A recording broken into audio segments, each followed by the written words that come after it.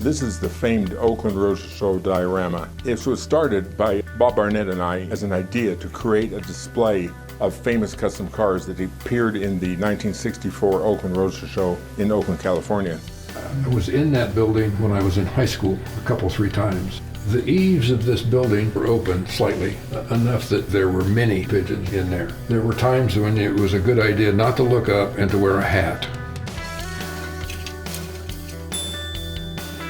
This is the third video in our 4-part series on the International Model Car Builders Museum. If you missed them, go watch parts 1 and 2. Then be sure to catch the final of the series after this one to learn more about where you will be able to visit this amazing collection. This is a replica of the Oakland Expo Center, home of the original Oakland Roadster Show. That's where it started, built in 1931. The building was torn down in '67 to make way. Bay Area Rapid Transit was coming through that area. Bob Wick traveled to Oakland, went to the Oakland Historical Museum. Ken then scratch built in 1/25th scale the Oakland Roadster Show Diorama. Meticulously scratch built it. Thousands of little glue rivets and functioning lights and everything else you can imagine. How did you get involved in the Oakland Diorama?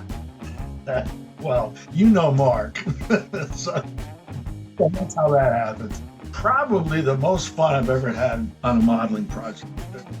That was really a good time. About 89 or 90, I first heard about the project, and he asked me if I would like to attempt it. And my usual response is, how hard can it be?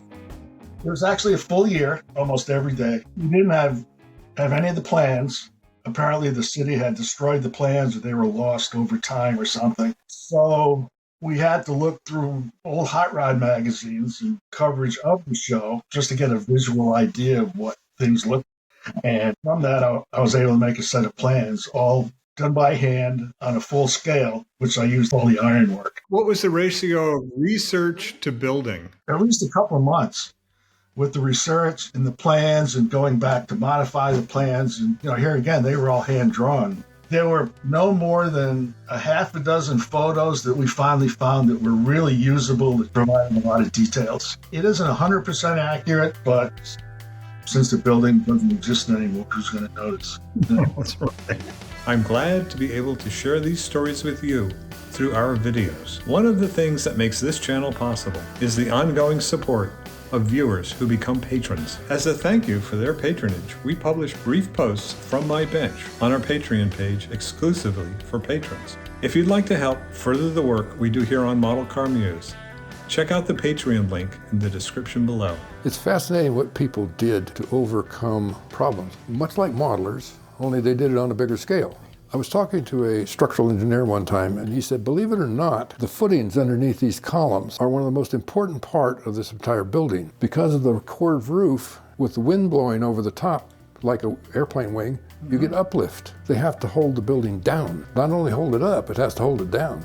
It was a project. At the time, Evergreen Styrene donated all the strip stock for the arches, all the styrene elements. But at the time, they were only making the flat stock. They weren't making angle iron, T's, H's. So basically, I had to make every angle for the ironwork that was in the structure. I have a notebook of all the pieces of styrene that I used and how many pieces and what lengths and whatnot. When it all went together, it was remarkably strong, like in the real world.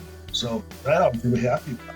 One thing I had thought about during the construction was the fact that I was building it on the East Coast where there was a lot of humidity. And the final thing was going to be out there where there isn't much humidity.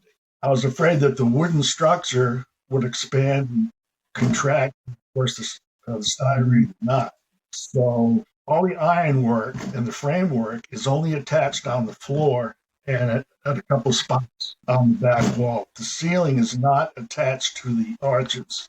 So, if there was any expansion up there, it wouldn't. So in essence, that floats freely. Yeah, basically, yeah. There's only a real small amount of space between it, and you can't really see when you're looking at it that it isn't really attached to the ceiling. This is the masterpiece of the museum. I'm going to start by dimming the lights a bit. There's different lights that come on. These are the overhead lights. And then we have the floor lighting that can come on. And then we have the catwalk lighting that can come on. So it's like walking into this thing in the evening when everything's all lit up. But then the other thing, when the sun comes up, and that's what it looks like in the daytime when the sun's pouring in the windows. Unbelievable.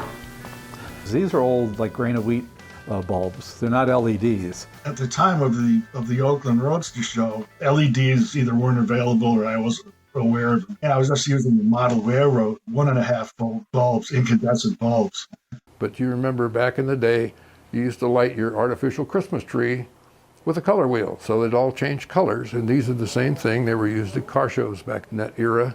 Where did you get the idea for the color wheels? How did you make them function so well? Car show displays at the time. AM2 had the globes and the color wheels. Now they were a solid piece of plastic. I opened up sections, used colored acetate, and the wheels are attached to a slow-moving motor under the floor. And the bulb is situated where they would be in a real car show. At the time when they were new, when it was just installed, they were really an addition. They're subtle. You can't really see them. But there were others that were stationary. There were some that weren't motorized. The slot car track, the Roth booth, the Peterson Publishing, All the trophies in the back. a little chunk of hot rod history. Now, you see in the background, we have various exhibits. All exhibits that were in that show, those were literally taken from photographs that I found and sent back to Ken Hamilton. And we have vendors set up along the outside. Ed Roth is represented back here. And of all things, seat belts. Wow, that's the latest thing in safety is seat belts. Then we have Peterson Publishing,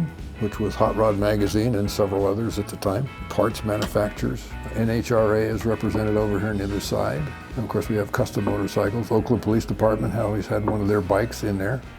Andy's Decals, which was Andy Brizio. Yeah, he did that, and t-shirts. Well, here again, I looked at old photos, and I think there's one, Andy's Decals had a booth in the Oakland Police Department.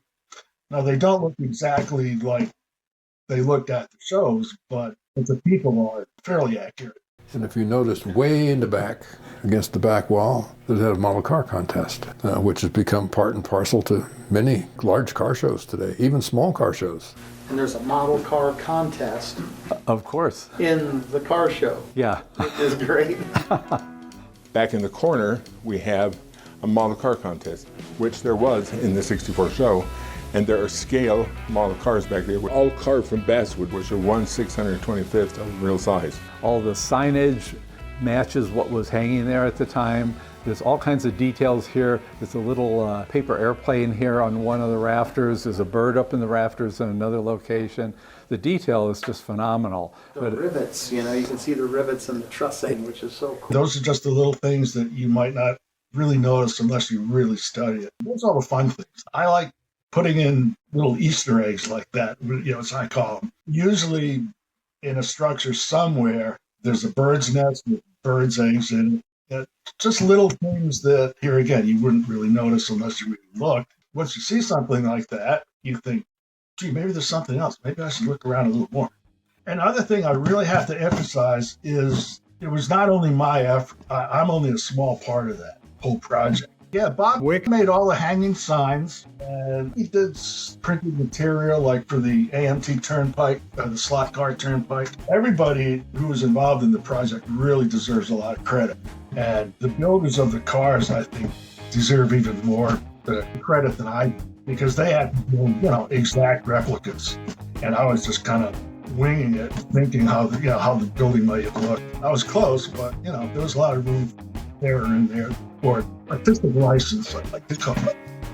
Bob Barnett and I focused our time on going to noted builders we knew who could do the scale vehicles. What would the diorama of Oakland be without the models? And we got models from 11 states, 3 foreign countries, Finland, Canada, and Australia. But all of these cars were built by individual modelers, and they were all in that show.